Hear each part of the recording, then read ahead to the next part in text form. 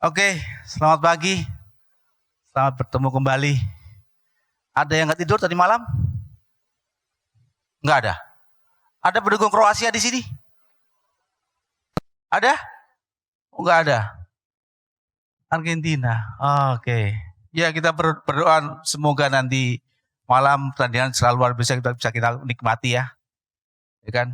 Siapapun yang menang tetap Jerman di hati saya.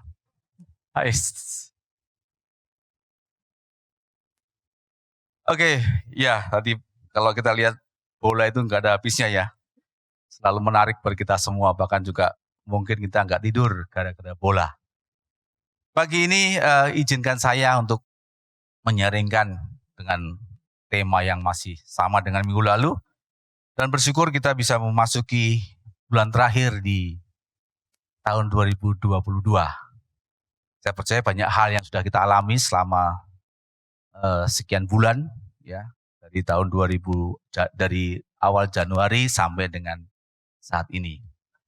Saya berikan judul untuk sharing firman Tuhan di pagi ini adalah pembangunan tubuh Kristus. Ya.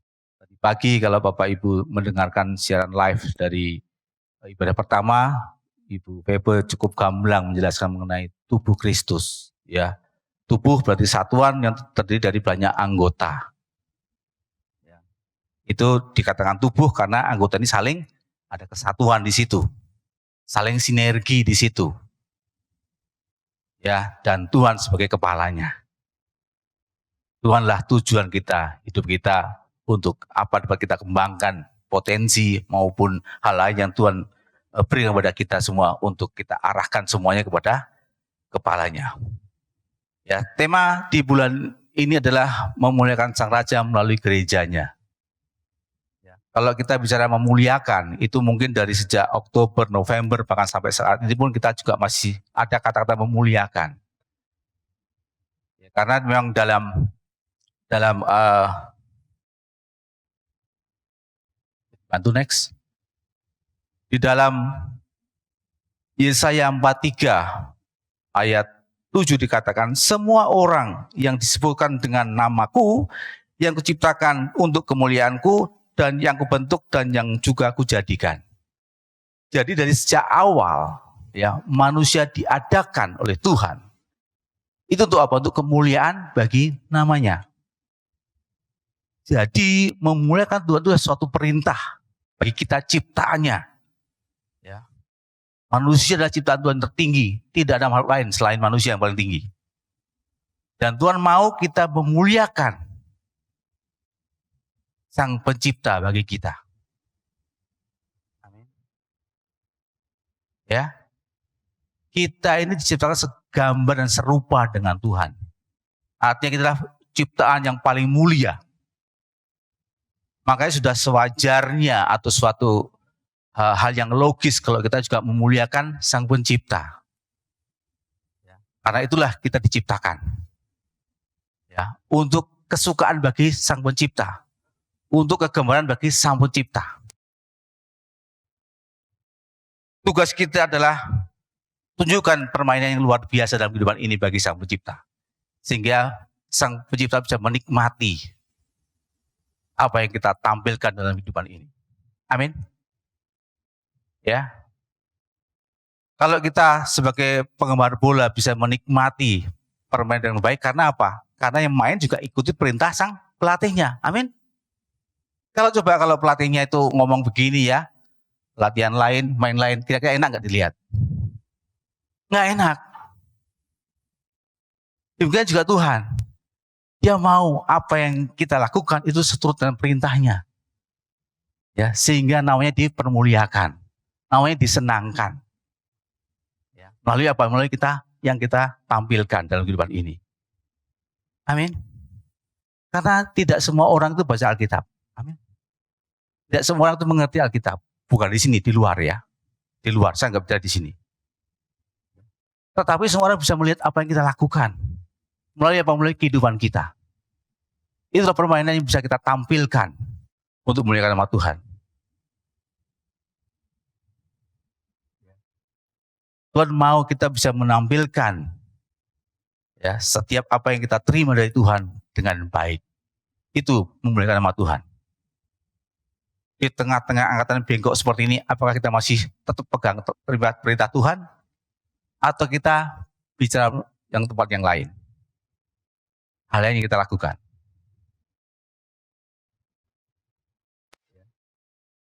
Banyak hal yang mungkin kita alami dari hari ke hari yang membuat kita mudah tergoda untuk kita menyimpang dari perintah Tuhan.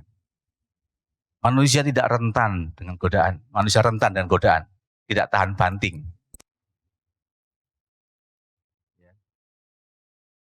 Apalagi jujur untuk saya sendirian di sini itu juga bukan hal yang mudah untuk bisa memimpin seperti itu. Tapi kembali, permohonan apa yang kita ciptakan, apa yang mau kita tampilkan dalam kehidupan ini sehingga nama Tuhan dipermuliakan. Apakah kita mau main, apa kita mau menunjukkan permainan yang sifatnya adalah mau kita sendiri, atau kita mengikuti Sang Pencipta maunya kita seperti apa? Ya.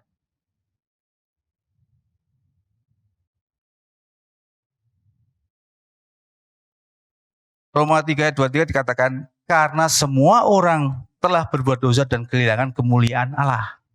Ya. Dosa membuat tujuan hidup manusia menjadi gelap.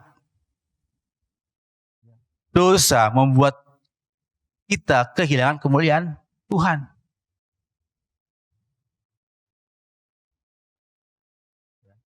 Kita tahu ya dalam Kejadian, begitu Adam dan Hawa jatuh dalam dosa, apa yang terjadi? Putusnya hubungan dia dengan Tuhan. Ya, hidup dia menjadi gelap. Ya, hidup dia menjadi suatu hal yang mungkin tidak ada artinya. Karena terputus di situ. Terputus dari sumbernya. Dosa membuat kita kehilangan kemuliaan Tuhan. Manusia tidak rentan terhadap dosa. Manusia cenderung untuk berbuat dosa. Hal tidak baik itu tidak perlu diajarkan, orang sudah bisa sendiri. Amin. Ya, jadi saya katakan itu rentan terhadap dosa.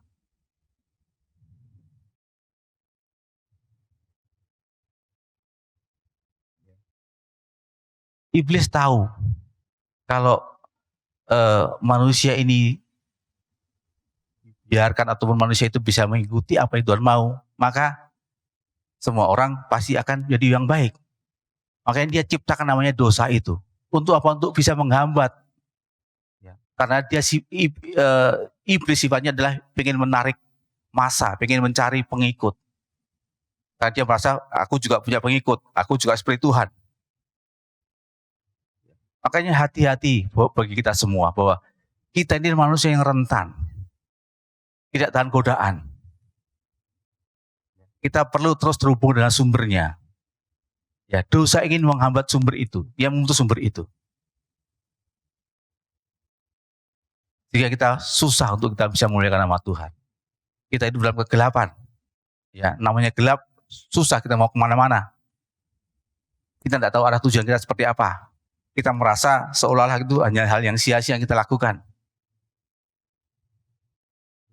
Tapi pagi ini mari kita sama-sama merenungkan, belajar bersama-sama. 2 minggu terakhir kita bicara masalah eklesia. Ya, bicara masalah gereja. Apa sih gereja? Ya, mungkin Bapak Ibu sudah sering mendengar sekelompok orang yang telah dipanggil keluar oleh Allah. Dari kegelapan menuju kepada terangnya Allah. Itulah eklesia. Sekelompokan, bukan satu orang, tapi sekelompok. Artinya kita inilah eklesia. Yang dipanggil oleh Allah. Yang meresponi panggilan Allah. Untuk apa? Untuk keluar dari kegelapan, dari dosa kita. Menuju terangnya Allah. Kita diambil dari sesuatu, ada perpindahan dari gelap menjadi terang. Karena apa? Karena memang kita tuh harusnya kita adalah terang. Ya, kamu adalah terang dunia, kamu adalah garam dunia, bukan menjadi terang, bukan menjadi garam. tapi kamulah terang. Maka Tuhan memanggil kita untuk mengembalikan kepada posisi yang semula. Bersyukur kalau pagi ini kita bisa sama-sama mendengar firman Tuhan ini. Kita bagian yang meresponi dengan baik panggilan Tuhan. Ya. Jadi panggilan Tuhan atau jadi eklesia ini itu adalah idenya Tuhan, bukan karena idenya manusia. Tapi Tuhan yang peduli kepada manusia. Dia care. Berikutnya bisa bantu slide. Dia peduli dengan manusia. Karena tanpa campur Tuhan, kita susah untuk bisa melihat nama Tuhan. Tanpa idenya Tuhan, kita masuk dalam kegelapan. Tapi dia punya ide. Ya. Sambungan dari Roma 24, Roma 3 ayat 24 dikatakan di situ bahwa dan oleh kasih karunia telah dibenarkan dengan cuma-cuma karena penebusan dalam Kristus Yesus. Ada pribadi yang mau menebus kita. Pribadi yang mengorbankan kita sehingga kita bisa beroleh cuma-cuma. Kita diangkat dari gelap menjadi terang yang ajaib. Tuhan mau kita menjadi orang yang menjadi terangnya dalam dunia ini. Tuhan tidak mau kita terpuruk dalam suatu kegelapan. Makanya sebagai gereja, eklesia ini, tunjukkan ada sinar dalam kehidupan kita. Terang belum tentu bercahaya, tapi sebaiknya kita juga bercahaya bagi sekeliling kita. Karena dosa itu menyelingkupi cahaya kita. Mungkin kita sudah terang, tapi hanya untuk terang diri kita sendiri. Kita tidak bisa bersinar pada sekeliling kita. Tuhan mau kita juga terang dan juga menjadi bersinar. Artinya menjadi dampak pengaruh bagi sekeliling kita. Dimanapun kita boleh berada. Ya. Karena dia rindu eklesia ini menjadi tempat kediaman bagi kepalanya. Kita tahu bahwa dialah kepala gereja bagi kita. Ya. Di dalam Matius 8:20 dikatakan, serigala mempunyai liang dan burung mempunyai sarang, tetapi anak manusia tidak punya tempat untuk meletakkan kepalanya. Dia rindu gereja eklesia itu untuk menjadi tempat bagi kepala gereja ini. Dia rindu kita sebagai tempat kediaman bagi Tuhan.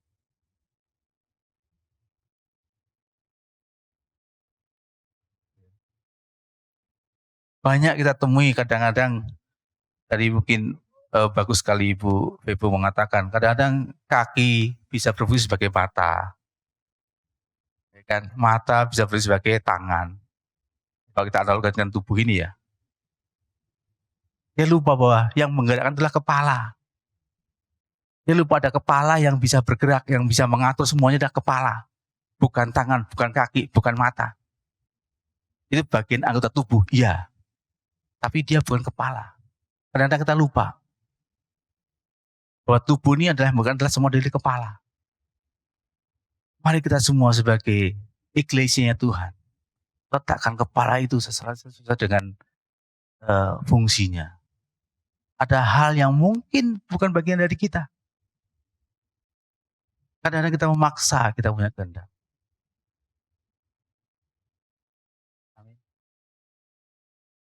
Sedikit bersaksi mengenai, tadi saya juga sering sedikit ngomong dengan Pak Jerry, mengenai apa yang kami alami di keluarga. Anak kami kedua harus mau ke luar negeri sekolah di sana, tapi dia mengalami beberapa hambatan untuk menguruskan visanya. Secara manusia kita kecewa. Padahal semuanya sudah terpenuhi dengan baik. Tapi mungkin ada satu hal yang kecil yang tidak pernah kita pikirkan terjadi yang bisa menghambat proses pengurusan itu. Hanya nama yang salah, hanya nama yang kurang lengkap, hanya nama singkatan yang tidak pas. itu bisa menjadi suatu hambatan untuk tidak keluarnya proses visa itu.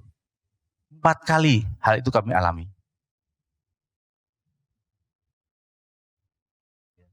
Karena seolah-olah kami bertindak bahwa semua sudah oke kok.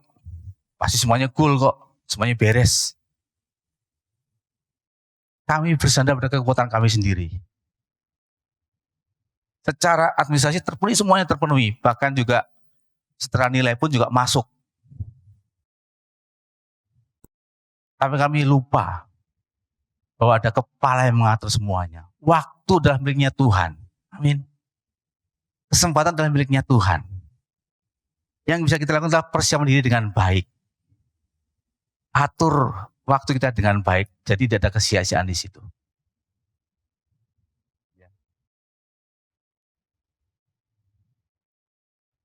Dia rindu gereja atau kita ini menjadi tempat untuk meletakkan kepalanya.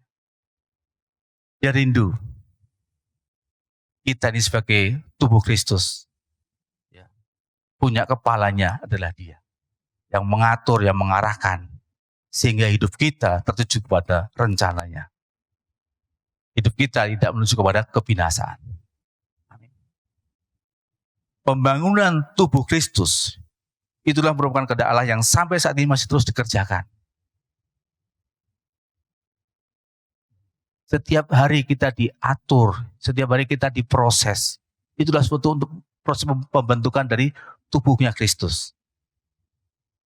Sekelompok orang yang tadi dipanggil Tuhan, namanya sekelompok ya, bahkan kalau nanti baca di Efesus 4, disusun secara rapi, diikat menjadi satu kesatuan. Sering gesekan nggak pasti? Terjadi gesekan. Panas nggak? Panas di situ. Sakit nggak? Sakit di situ. Tapi Tuhan ajar kita untuk dibangun di situ. Untuk dikikis kita punya ego kita. Untuk diperbarui punya pikiran kita. Sabaran kita dilatih. Sabar itu capek, iya. Sabar itu susah, iya. Sabar itu jengkel enggak? Jengkel.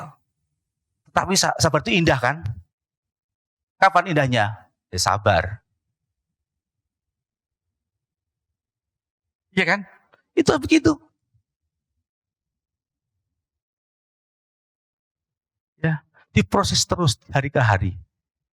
Digesek terus hari ke hari. Perkawinan kami sudah hampir mungkin 27 tahun. 28. Itu masih ada gesekan. Hal kecil bisa terjadi, iya. Karena semakin kita sering ketemu, semakin gesekan terjadi terus. Pengalaman waktu bulan lalu, istri cukup lama di sini, tinggal bersama dengan saya di sini sekitar 1,5 bulan. Saya sebenarnya itu test case saja gitu loh. Karena kita kan lama LDR-an, terus kita ketemu, cukup intens. Kalau orang luar ngomongnya, waduh enak ya, romantis ya. Tapi buat saya gesekan itu malah lebih keras. Iya kan? Karena yang biasanya saya kalau karena sudah terbiasa diri, itu artinya saya harus mengatur, misalnya handuk harus di sini. Ini odol harus di sini. Tapi ini ada pasangan yang notabene mungkin ketemunya hanya seminggu 2 minggu waktu saya cuti. Ya 1,5 bulan bersama dengan saya di sini. Ya kan, seringnya dia sembarangan.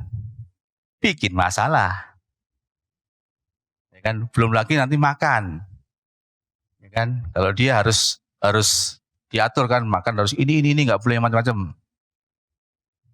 Tapi itu baik sebetulnya buat saya. Ya. Karena saya cerita tadi juga saya sempat dengan Pak Jerry. Waktu saya MCU kemarin, saya waktu saya treadmill, saya dikatakan sehat, tapi tidak bugar. Ya. Makanya kalau saya lihat di Maksimo dikatakan semakin tua semakin segar kan? Apa artinya segar itu? Sehat dan bugar. Jadi jangan hanya sehat saja, tapi harus perlu bugar juga. Artinya jangan sampai ada kelelahan dalam tubuh kita. Ya. Ingat bahwa semakin tua, itu juga organ juga masih mengalami kelelahan. Ya, makanya saya ingatkan yang para pencinta bola jangan terlalu malam tidurnya. Itu menjadi kelelahan nanti tubuhnya. Ya, akhirnya nggak bugar kan, biasanya nggak bugar. Mungkin sehat, mungkin nggak sakit, tapi tidak bugar. Ya, jadi kembali ke tadi sekumpulan orang ya. Kita bertemu, ada gesekan di situ. Ada panas di situ, ada friksi di situ. Tapi itu baik. Karena ada yang mengingatkan. Coba kalau saya sendirian di sini, mungkin ada yang mengingatkan. Saya sembrono aja. Ya, kumpulan ini adalah kumpulan yang baik. Makanya saya rindu kita semua masuk komunitas yang baik juga, yang bisa membangun suatu hal yang baik, kebiasaan yang baik yang kita bangun di situ.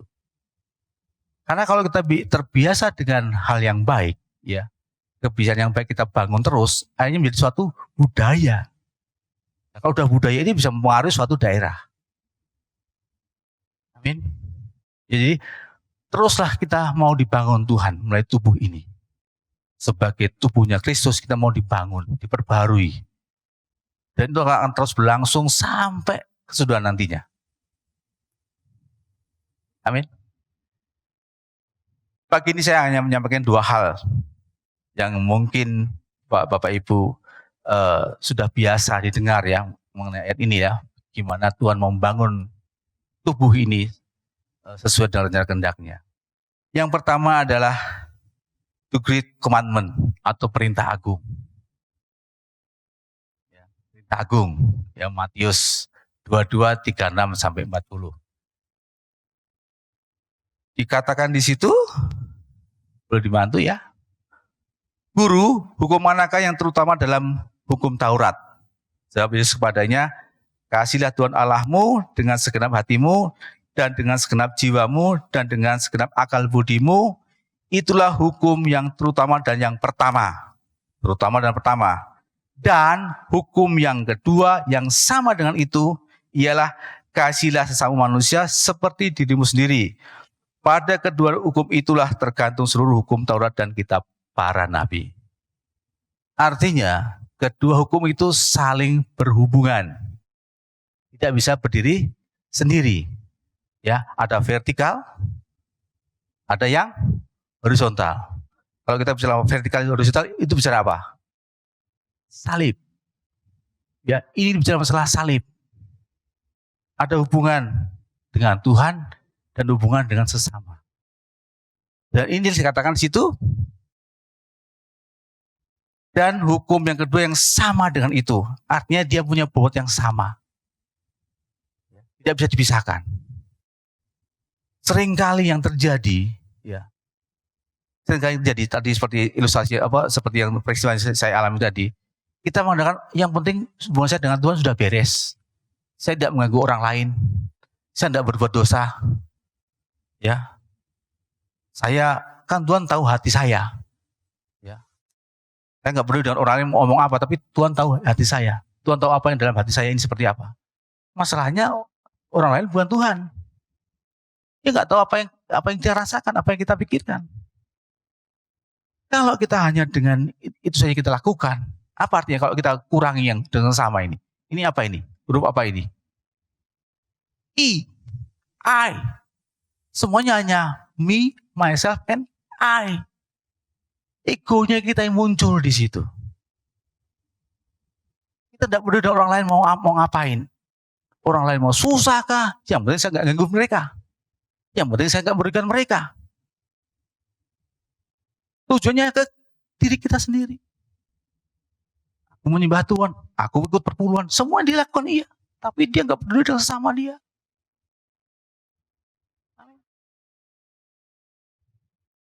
Itu bukan gereja, bukan eklesia yang Tuhan mau seperti itu. Kita harus bersinar. Kita harus punya cahaya untuk orang lain. Orang lain bisa merasakan cahaya dari kita melalui kehidupan kita. Demikian juga kalau kita hanya bicara masalah yang vertikal, apa yang horizontal saja.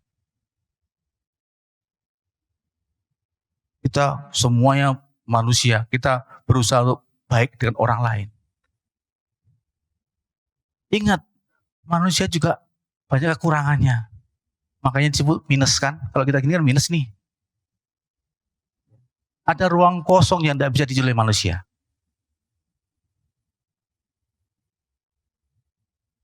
Kalau kita andalkan manusia, apa yang terjadi? Hanya kecewaan, hanya stres. Itu yang terjadi. Sakit hati, iri hati. Ya. Jadi salib itu bicara masalah holistik, kesatuan yang tidak bisa dipisahkan. Tuhan mau kita mengasihi Tuhan, juga mengasihi sama kita. Ya, ini dan ini tuh satu-satu, itulah salib. Itulah kehendak Tuhan, itulah perintah Tuhan pada kita umatnya. Jika kita dimampukan untuk memuliakan nama Tuhan. Amin. Ya. Kolose 3 ayat 23 24 dikatakan, apapun yang kamu lakukan seolah-olah untuk Tuhan, bukan untuk manusia. Itulah ketulusan hati. Gak peduli dilihat orang, gak peduli ada orang. Tapi kita lakukan dengan ketulusan hati. Seolah-olah untuk Tuhan, bukan untuk manusia. Apapun yang kita lakukan. Karena ada pribadi yang di atas kayu salib, itulah yang telah tebus kita semua.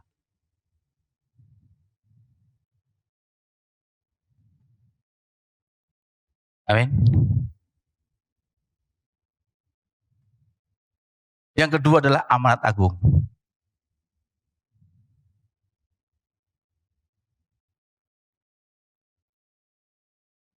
Amanat agung dalam Matius 28 ayat 19 sampai 20 dikatakan di situ.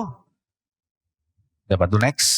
Karena itu pergilah, jadikanlah semua bangsa muridku dan baptislah mereka dalam nama Bapa dan Anak dan Roh Kudus, dan ajarkanlah mereka melakukan segala sesuatu yang telah kuperintahkan kepadamu, dan ketahuilah aku menyertai kamu senantiasa sampai pada akhir zaman.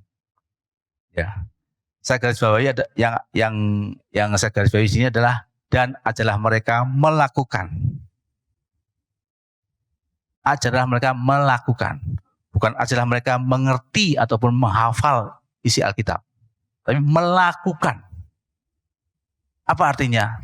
Transformasi kehidupan.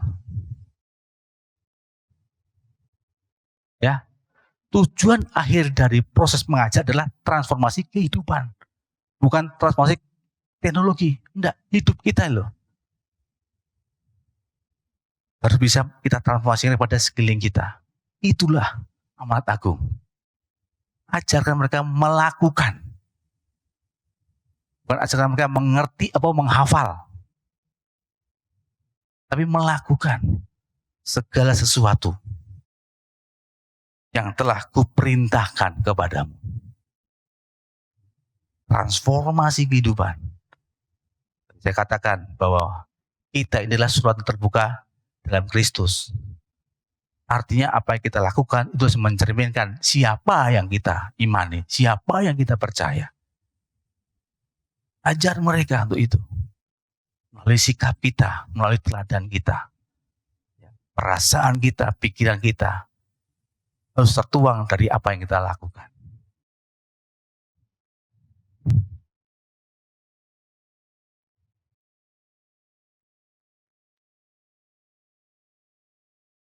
Perubahan pikiran dan karakter itu perlu.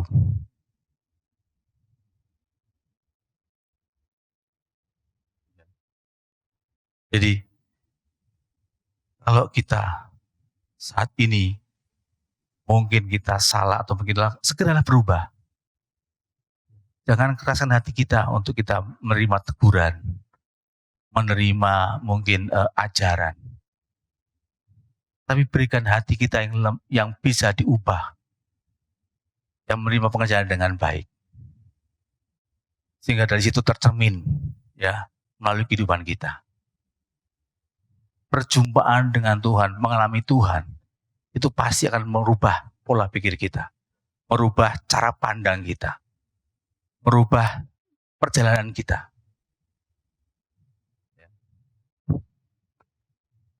Natal tahun ini tema dari PGI dan KBI adalah dan mereka pulang mengambil jalan lain. Siapa mereka ini? Siapa mereka ini?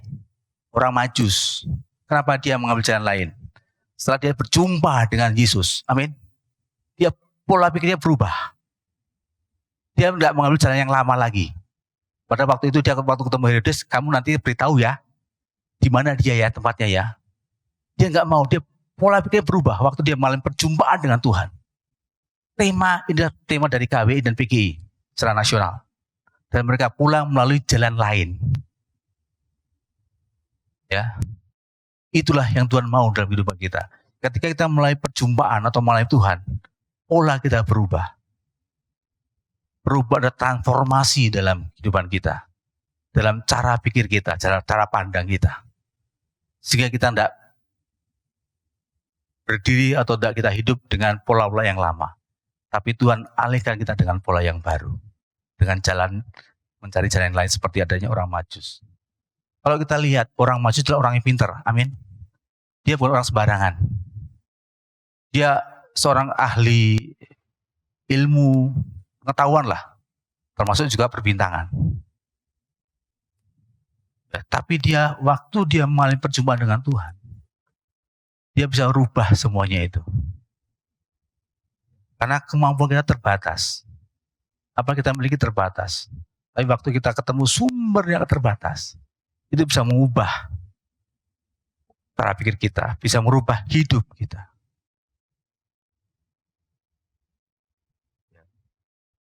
Minggu lalu Pak Rudi bicara masalah otot rohani. Artinya bahwa jangan sampai kita terputus hubungan kita dengan gereja, dengan sumbernya. Karena kita perlu latih setiap hari, sehingga semakin hari semakin kuat.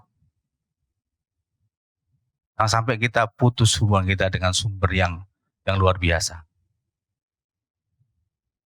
Pakai sumber ini dengan baik. Amin. Ketika saya baca tema Natal dari PGI dan KBI ya untuk Indonesia, itu suatu hal yang oh iya ya bilang itu. Kadang-kadang kita masih terjebak dengan pola-pola, dengan cara-cara yang lama yang kita lakukan. Seolah-olah kita sudah paling benar di situ. Seolah-olah kita merasa sudah harus begini jalan yang harus dilakukan. Tapi waktu kita menyerahkan atau waktu kita mulai introspeksi diri ya, waktu kita tahu bahwa ada pribadi lain yang mengatur semuanya, kita baru percaya, baru ngerti, oh ternyata yang selama ini saya lakukan adalah tidak sesuai dengan apa yang Tuhan mau. Amin. Apa yang kami alami di keluarga kami secara waktu, mungkin anak kami mengalami banyak hal yang dia merasa kehilangan waktu yang cukup banyak. Tapi saya percaya bahwa itu mungkin rencana Tuhan yang terbaik bagi kami semua.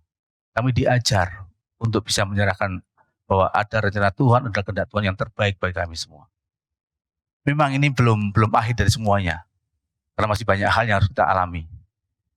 Tapi yang saya percaya bahwa setiap langkah kecil itu mendatangkan suatu hal yang besar nantinya. Jangan abaikan setiap langkah kecil dalam kehidupan kita. Ya, kadang-kadang kita punya mimpi yang besar, itu nggak salah. Itu boleh-boleh saja. Tapi mari kita juga jangan hanya terus bermimpi, tapi bangun dan segera lakukan. Kalau kita hanya bermimpi terus kita nggak lakukan apa-apa, itu namanya lamunan. Kita hanya melamun saja. Tapi bangun, kerjakan sesuatu. Hal kecil itu adalah step langkah yang baik. Karena hal yang terberat dalam hidup adalah mulai melangkah. Itu hal yang terberat. Tapi kalau kita nggak melangkah, kita tidak mau kemana-mana, kita hanya jalan di tempat.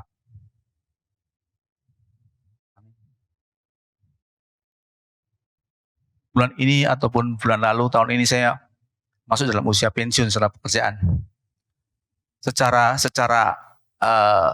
tanggung jawab, secara apapun yang saya alami, ada perubahan. Ya, bahkan secara finansial juga ada perubahan. Tapi apakah itu membuat saya takut? Apakah membuat saya mundur? Secara manusia mungkin itu membuat kita khawatir untuk ke depan. Secara manusia itu membuat kita aduh nanti gimana ya.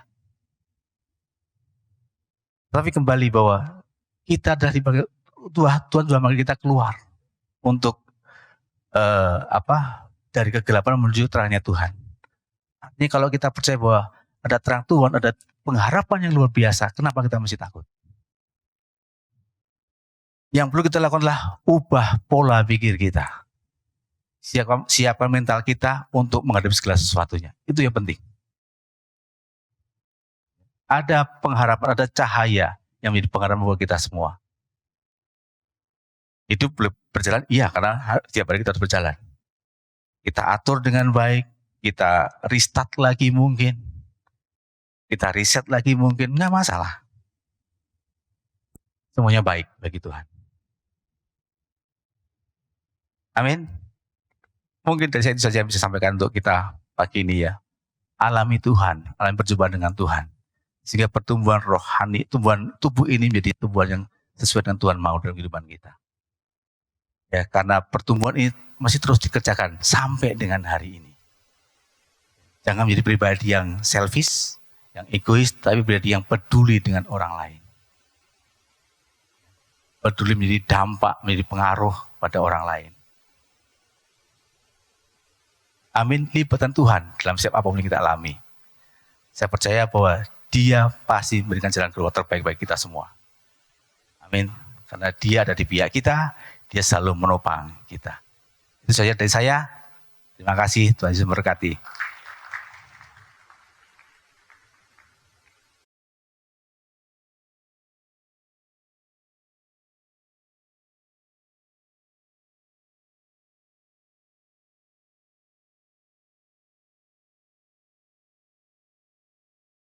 Saya tertarik dengan tadi Pak Alex mulai Yesaya 43 ayat 7. Itu ada kalimat yang Pak Alex garis itu. Jadi yang ku bentuk dan ku jadikan. Ya, coba ditayangkan filenya Pak Alex tadi. Waktu saya lihat ini tadi. Jadi dari awal Tuhan memang create kita untuk memuliakan Dia. Tapi untuk sampai ke level itu, kita harus lewatin dua hal ini. Ya. Kalau saudara perhatikan itu ada ku bentuk dan ku jadikan. Semua kita pengen jadi sesuatu. Setuju? Ya. Nah, tapi untuk sampai jadi, kita semua mau dibentuk. Nah, ini yang saya ingin ngomong. Pembentukan tidak bisa terjadi kalau saudara hanya hidup sendirian. Pembentukan tidak bisa terjadi kalau kita hanya hidup maunya ikut maunya kita sendiri. Dalam pernikahan, dalam pekerjaan, bahkan dalam pelayanan, dalam jemaat, dalam komunitas keluarga Tuhan. Disitulah kita belajar untuk dibentuk.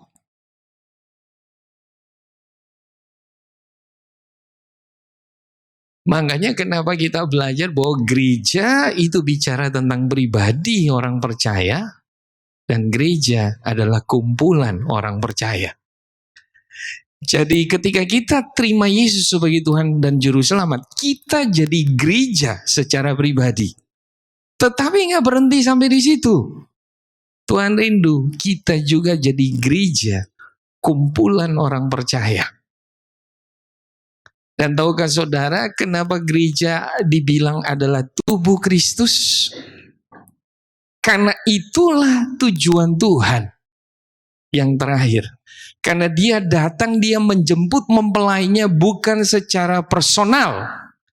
Mempelai Kristus adalah kumpulan orang percaya yang belajar untuk jadi pribadi-pribadi yang dewasa, yang belajar untuk hidup jadi satu, bukan jadi seragam.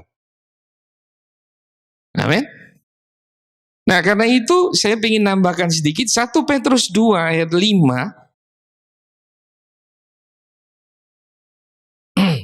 1 Petrus 2 ayat 5 kita baca sebentar. Dan biarlah kamu juga dipergunakan sebagai batu hidup untuk pembangunan suatu rumah rohani. bagi suatu imamat kudus untuk mempersembahkan persembahan rohani yang karena Yesus Kristus berkenan kepada Allah. Dari sini kita belajar bahwa kita gereja, kita ini kalau pribadi kita ini batu hidup. Bukan batu kali. Bukan cuma sekedar batu karang. Ya. Saudara tahu batu itu keras. Tapi kalau dia hidup, itu beda dengan batu yang mati. Kalau batu mati, saya renungkan itu orang-orang yang keras kepala. Alkitab bilang kita ini adalah kumpulan dari batu-batu yang hidup. Dikumpulkan jadi satu, saudara bayangkan. Batu itu udah keras, apalagi kalau dia nggak hidup. Kalau hati kita, roh kita nggak terhubung sama Tuhan, kita nggak terus dibaharui dalam rohnya, dalam kasihnya, kita akan jadi kayak batu hitam. Kalau orang Ambon bilang batu hitam itu batu keras, saudara. Ya. Nah, saya percaya bahwa di sini nggak ada yang jadi batu hitam. Amin. Kita jadi batu hidup yang dikumpulkan. Dibilang gini, so bayangkan kalau batu benda mati itu diatur gampang nggak? Gampang. Tapi kalau batunya hidup, nah itu dia yang pusing. Kadang ditaruh di sini nggak mau, pindah deh, nggak cocok.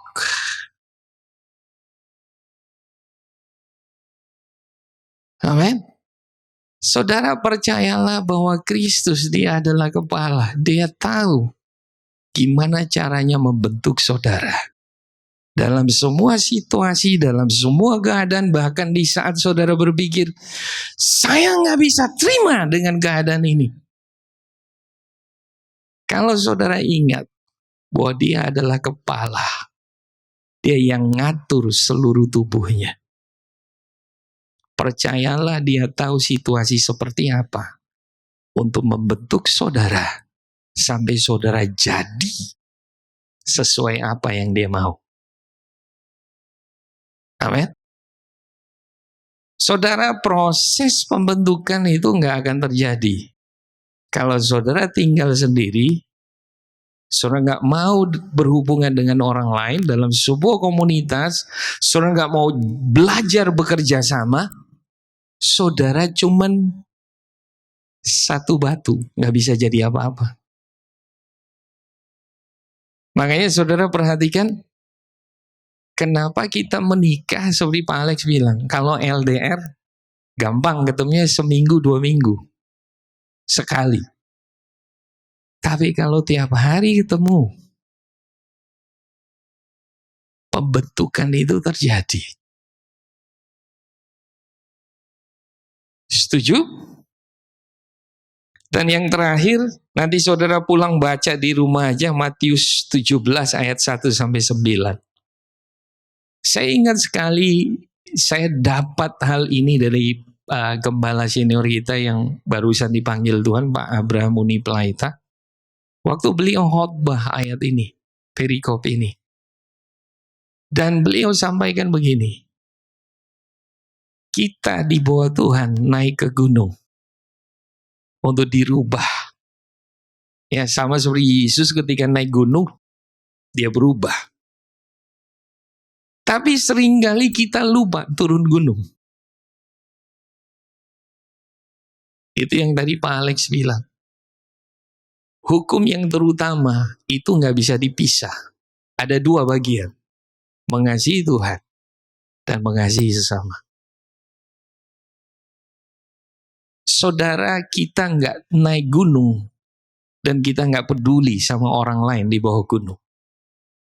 Makanya ketika Petrus bilang, karena dia kagum dengan kemuliaan yang begitu luar biasa yang dia lihat di atas gunung.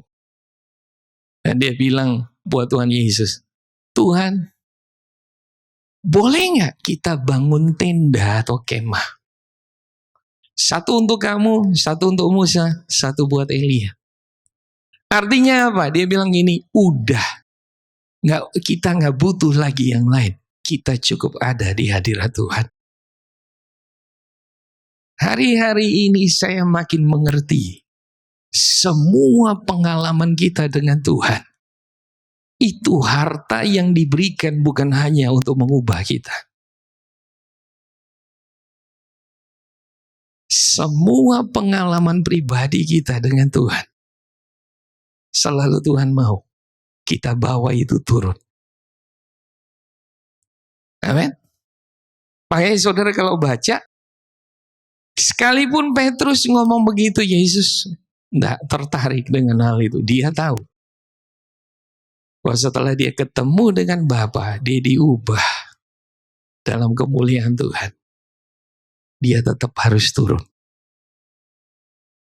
Tahukah saudara, semua berkat, semua hal yang kita terima dari Tuhan, yang kita alami dengan Tuhan, jangan lupa, itu bukan cuma untuk dirimu sendiri. Semua sukacita, semua pemulihan, semua yang Tuhan kerjakan dalam hidupmu, tidak engkau terima hanya buat dirimu sendiri. Amin. Kadang-kadang kita berpikir gini, saya cuman orang biasa, pengalaman saya dengan Tuhan masih baru. Tahukah saudara, di tengah kegelapan, sedikit cahaya, sedikit sinar saja, itu sangat berarti buat orang lain.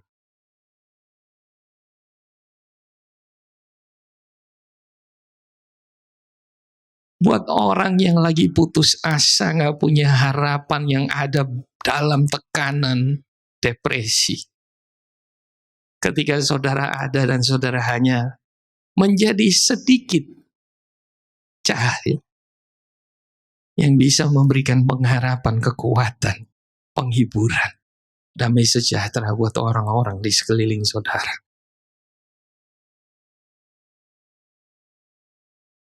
Amin. Amin. Karena itu saya selalu bilang, dari sejak kita bertobat, terima Yesus sebagai Tuhan dan Juru Selamat, kita adalah terang. Kita adalah garam. Bukan nunggu nanti. Sejak hari itu, apapun yang Tuhan kerjakan, besar dan kecil yang dia lakukan dalam hidup, tahukah saudara, itu bisa jadi sesuatu buat orang lain. Ini saja yang saya bisa tambahkan buat kita. Jadi kalau naik gunung jangan lupa turun. Kasih tahu sebelah. Ya. Naik gunung jangan lupa turun. Saya undang teman-teman pemain musik. Kita nyembah Tuhan sebentar lalu kita tutup. Kita panggil berdiri yuk. Saudara masih ingat yang tadi Pak Alex, perintah agung, hukum yang agung. Kasihlah Tuhan Allah dengan segenap hati, segenap kekuatan dan semua-semuanya, dan kasihlah sesama manusia seperti dirimu sendiri. Dasar yang pertama adalah kita mengasihi dia. Oke? Tahukah saudara, banyak kita punya problem di dalam kita. Tahu, kita sementara hidup dalam ketakutan. Kita sementara hidup dalam keputusasaan, di bawah tekanan, stres. Kita sedang hidup dalam kekecewaan. Tahukah saudara, gak ada orang yang tahu, dan gak ada orang yang bisa tolong saudara. Tapi waktu saudara datang mengasihi dia dengan segenap hati, sudah nyembah dia, sudah bangun hubungan dengan dia. Berkali-kali saya bilang, Tuhan minta kita mengasihi dia dengan segenap, bukan karena dia kekurangan kasih. Dia adalah kasih, dia adalah sumber kasih. Kenapa dia minta kita mengasihi dia dengan segenap hati? Sederhana, karena waktu kita mengasihi dia dengan segenap hati, saat itu juga dia menyelesaikan masalah di dalam kita. Apa yang membuat kita sulit mengasihi orang lain dengan tulus? Sederhana, karena kita punya begitu banyak problem dalam diri kita. Amin. Hari-hari ini saya dorong saudara, mari kita jatuh cinta lagi dengan dia. Lebih daripada pengalaman emosional, saya berdoa hari-hari ini kita mengalami dia jauh lebih dalam, yang bukan hanya buat kita dipenuhi secara emosional, tetapi itu mengubah sikap hati kita, cara pandang kita, cara berpikir kita, bahkan itu berdampak pada perilaku dan cara hidup kita.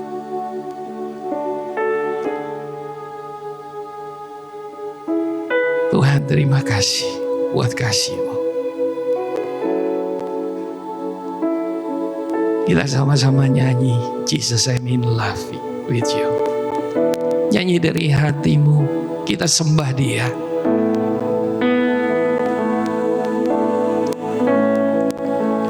Jesus, I'm in love with you. Jesus, I'm in love with you. Take me deeper, deeper in love with you.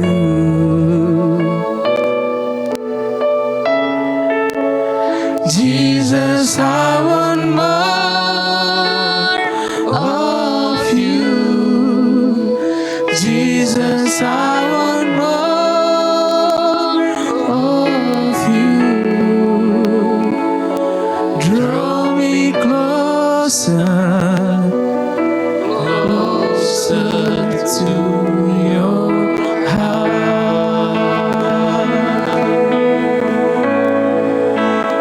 Jesus, I'm in love with you. Jesus, I'm in love with you. Take me deeper, deeper in love with you.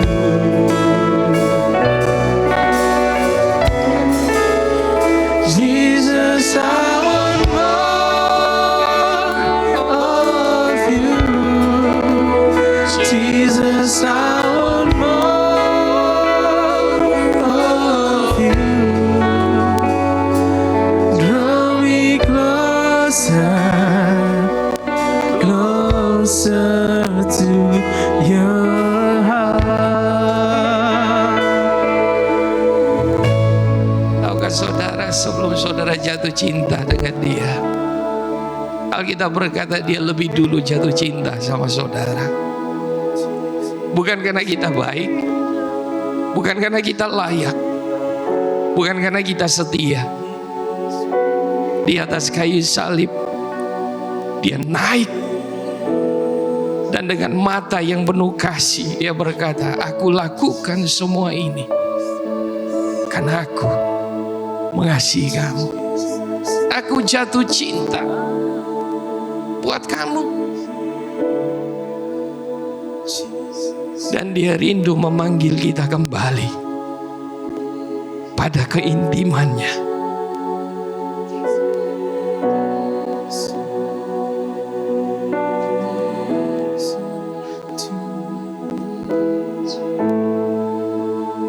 Jesus,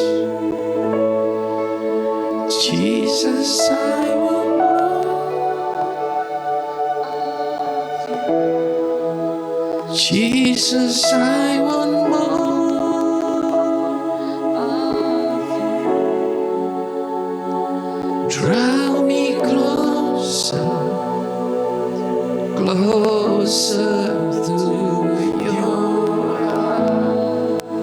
dari hatimu. Katakan buat dia, Jesus, I'm in love with you. Jesus, I'm in love with you. Take me deeper in love with you.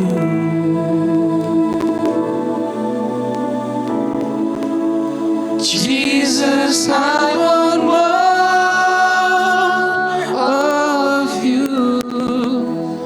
Jesus, I want more of you. Draw me closer, closer to your heart. Biarkan musik yang lembut, izinkan dia menarik saudara mendekat pada hatinya, mengalami kembali kasihnya yang mula-mula.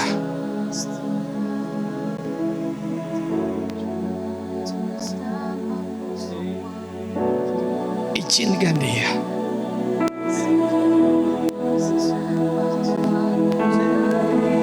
Jesus, Jesus. Saudara yang mau menyembah dia, sembah dia.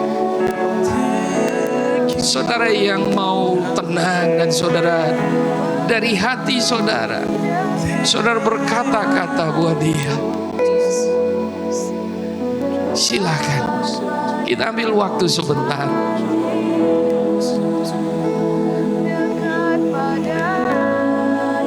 Jesus, Engkau tidak pernah menolak kami. Engkau selalu rindu untuk menarik kami datang kepadamu.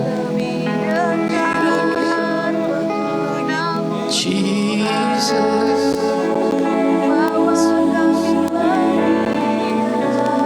Roh Kudus penuhi kami Tuhan. Roh Kudus penuhi kami dengan kasih-Mu, dengan cinta-Mu.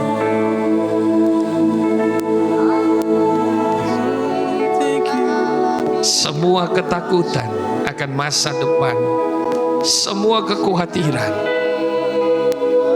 kami percaya di dalam kasih tidak ada ketakutan, tidak ada kekhawatiran.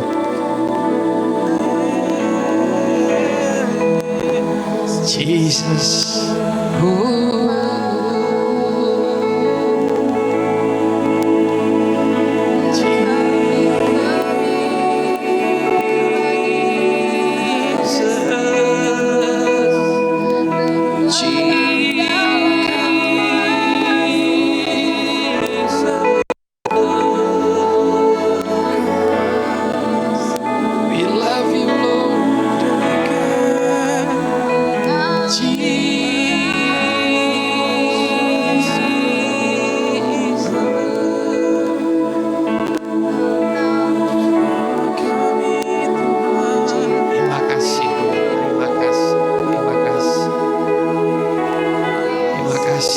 segarkan kami, sembuhkan kami Tuhan, pulihkan kami Tuhan. Sebab dalam kasih-Mu kami menerima kekuatan, kami menerima perubahan, kami menerima anugerah demi anugerah. Terima kasih Tuhan, kami menerima kemerdekaan, kebebasan dari semua ikatan, semua belenggu, ketakutan, kekhawatiran, tekanan dipatahkan dalam nama Yesus Tuhan. Rasa tidak layak, rasa tidak mampu, rasa gagal, Tuhan, dalam kasih-Mu kami terima kemampuan yang baru. Terima kasih, terima kasih. Mari angkat kedua tangan, arahkan hatimu pada Tuhan dan terima terima berkat Tuhan. Kiranya turun atas setiap kita anugerah yang sempurna dari Bapa, cinta kasih dari Tuhan Yesus yang terus segar dan membaharui setiap kita, dan persekutuan dengan Allah Roh Kudus menyertai kita semua mulai pagi ini, mulai saat ini, sampai Dia datang kembali menjemput kita, mempelainya. Demi nama Yesus Tuhan, yang percaya sama-sama katakan amin. Tuhan memberkati. Selamat hari Minggu.